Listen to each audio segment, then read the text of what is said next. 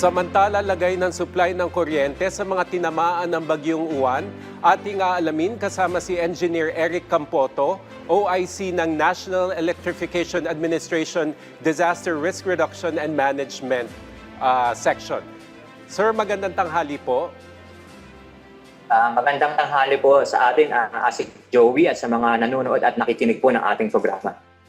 Sir, dun sa ongoing po na press briefing ni Yusek Claire Castro sa Malacanang, nabanggit niya na 6 na pong electric cooperatives po ang binabantayan po ng Department of Energy. So, kamusta po? Ano po yung kasalukuyang sitwasyon ng supply ng kuryente sa mga lugar na naapektuhan po ng Bagyong Uwan? Tama po yun, Asik Joey, na meron po tayong 6 na pong electric cooperatives na binabantayan. At 8 po dito ay nasa under total power interruptions po. At 43 naman po dito ay nasa partial power interruptions. So sa kabuuan, meron po tayong humigit kumulang ng 3 million consumer connections po na apektado po ng pagkawala po ng supply po ng kuryente. Kabilang po dito ay galing sa mga rehiyon ng Ilocos, Cagayan Valley, Central Luzon, Cordillera, Region 5 sa Bicol at Mimaropa Region po. Meron din pong mga mangilan-ngilang electric cooperatives po sa Eastern Visayas po. Okay. Engineer, kamusta naman po ang pakikipag-ugnayan ng NEA sa mga local electric cooperatives na nabanggit at iba pang ahensya sa pagtugon sa krisis na ito? Yusek March, sa katunayan po, meron kaming tinatawag dito po na Task Force on Energy Resiliency, kung saan kabilang po dito ang iba't ibang ahensya po ng gobyerno, lalo na po sa sektor po ng enerhiya, kung saan nagpapalitan po kami ng mga impormasyon, mga datos, kung saan mas mabilis po namin matutugunan po ang mga pangangailangan po ng mga electric cooperatives na nasira or nasalanta po nitong si Bagyong Uwan. So tuloy-tuloy naman po ang restoration. Sa katunayan nga po ay nasa 60% na po ang mga lungsod o bayan na na-restore po ng mga electric cooperatives. Ito pong naapektuhan po ng Super Typhoon Uwan. Engineer, sa inyong assessment, ano po yung pinakamalaking hamon po ninyo para po mapanumbalik po yung supply ng kuryente sa mga apektadong lugar? Sa ngayon po, Asik Joey, ang mga siguro challenges po na kinakaharap po ng mga electric cooperatives, pati na rin po yung mga lineman na nagbabalik po ng supply ng kuryente ay yung pong mga lugar na may mga pagbaha pa po kasi may mga naulat pong mga pagbaha sa Naga, Albay, at meron din pong mga landslide na naulat po doon po sa Cordillera at Benguet. So kapag may mga ganun po kasing mga insidente, Asik Joey, ay nahihirapan pong pasukin ng ating mga lineman yung mga lugar kung saan dapat nilang i-repair. Pero po ang mga ito po ay amin nang kino-coordinate sa mga lokal na pamahalaan po para matalungan po kami sa pag-clear ng mga debris at mapasok po ito ng ating mga kooperatiba. Engineer, paano po sinisiguro ng NEA na napaprioritize po ang mga ospital at iba pang lifeline facilities habang ongoing pa po ang restoration ng power supply? Sa mga ganitong panahon po, Yusek March, na kapag nagkakaroon po ng disruption po sa electricity or power supply, itong mga electric cooperatives, meron po silang sinusunod na emergency response protocol kung saan ay pinaprioritize po dito na mapailaw po agad-agad ang mga critical facilities katulad nga po ng mga ospital,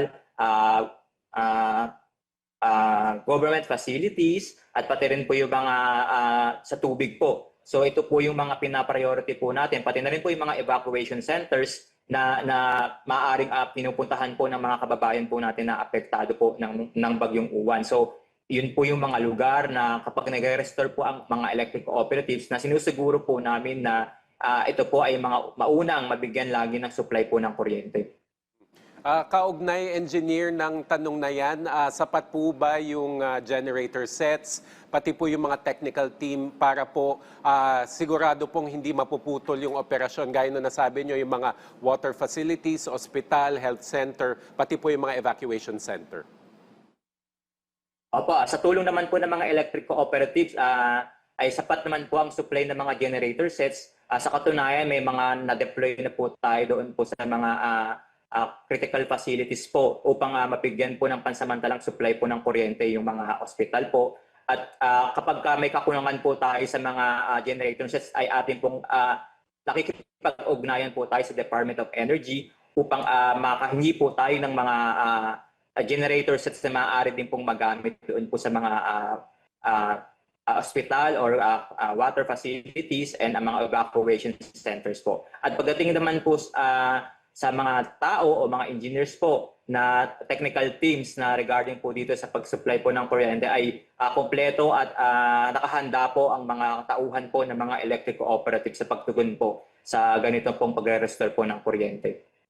Engineer, mayroon po bang mga pangunahing linya o power facilities na nasira dahil sa bagyo? At gaano kalaki po bang epekto nito sa kabuuang supply?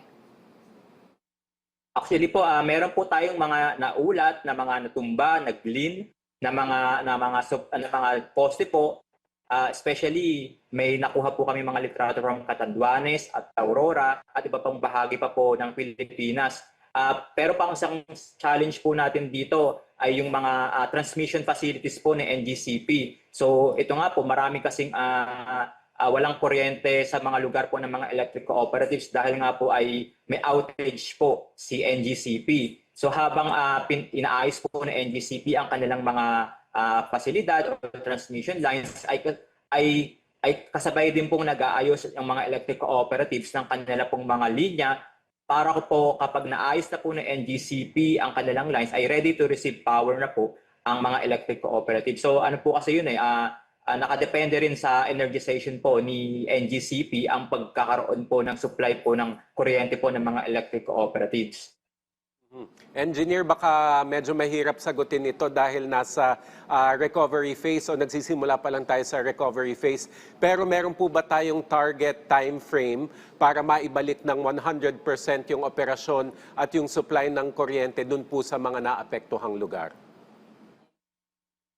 Sa ngayon po, Asik Joey, hindi pa po kami makakapagbigay ng konkretong time frame kung saan mare-restore po yung lahat po ng mga damages o mga linya po ng kuryente. Pero sa ating mga kababayan ay kami po kasama po ang electric cooperatives ay ginagawa po ang lahat ng ating makakaya at paraan upang mapabilis po ang pag-responde at pagbabalik po ng supply po ng kuryente sa mga apektado pong lugar.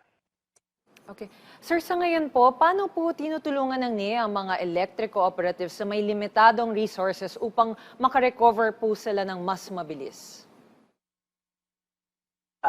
Kami po dito po sa NEA, may tinatawag po kaming Electric Cooperative Emergency Resiliency Fund kung saan po ito po ay calamity grant na maaari po naming ibigay sa electric cooperative na nagkaroon po ng mga sira sa kanilang facility. Ito po ay grant.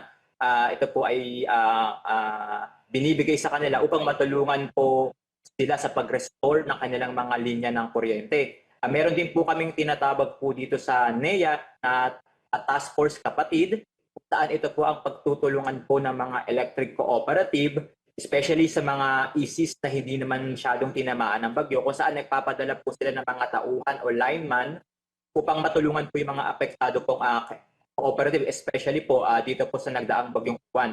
Sa katunayan po ay naghahanda na po ang NEA na magpadala po ng 32 teams na ma-deploy po sa probinsya po ng Nueva Vizcaya, Quirino, Aurora at Catanduanes. Ito po ay binubuo ng mga engineers, lineman at mga technical people po ng mga electric cooperatives upang mapabilis po ang pag-restore po ng supply po ng kuryente sa mga apektado pong lugar at electric cooperatives. Engineer, bago po ang Bagyong Uwan, siyempre tumama po o hinagupit po ng Bagyong Tino ang Visayas. So meron pong mga natabunan ng putik at bato na mga pasilidad po. Kamusta po yung ginagawang restoration sa mga komunidad na ito? Ayun nga po, bago pa nga po tumama itong suuwan ay nahambalos na po especially yung Visayas po ni Bagyong Tino. So pero ang good news lang po ay dito po sa Bagyong Uwan ay hindi masyadong naapektuhan ang mga ISIS po sa Visayas at kaya po pansamantala pong natigil ang restoration ng mga ISIS sa Visayas nung dumaan po itong suuwan. Pero ngayon po ito po gumaganda na po yung panahon ay tuloy-tuloy na po ang restoration po ulit ng mga electric cooperatives po. Sa Visayas, sa katunayan, meron na lang po tayong 16 na ECs na nagre-restore sa Visayas. Dito po ay sa mga lugar po ng Cebu, Leyte, Southern Leyte, and Negros Occidental at Negros Oriental. Sa katunayan din na medyo mataas na po ang restoration rate ng mga electric cooperatives na po ito. So makakaasa po tayo na baka po by the end of the week or early next week ay makapag-restore na, fully restored na po itong mga ni Bagong Tino. Okay. Engineer, mensahe niyo na lang po sa mga kababayan nating lubhang naapektuhan po ng bagyo. Sa mga kababayan po natin na naapektuhan po nitong mga nagdaang bagyo, Bagyong Tino at Bagyong Uwan ay na nakakaranas po ng pagkawala po ng kuryente, ay humihingi po kami ng pang-unawa at makakatiyak po kayo na kami po sa National Electrification Administration at kasama po ang mga electric cooperative ay ginagawa ang lahat ng paraan at ang aming makakaya upang mapabilis po ang pagbalik po ng kuryente sa inyong mga lugar. At lagi lang po namin kayong pinapaalalahanan na lagi po tayong mag-ingat at lagi po tayong maging handa sa mga kalamidad po na maaaring pumasok sa ating bansa. Okay. Maraming salamat po sa inyong oras. Engineer Eric Campoto, OIC ng NEA Disaster Risk Reduction and Management.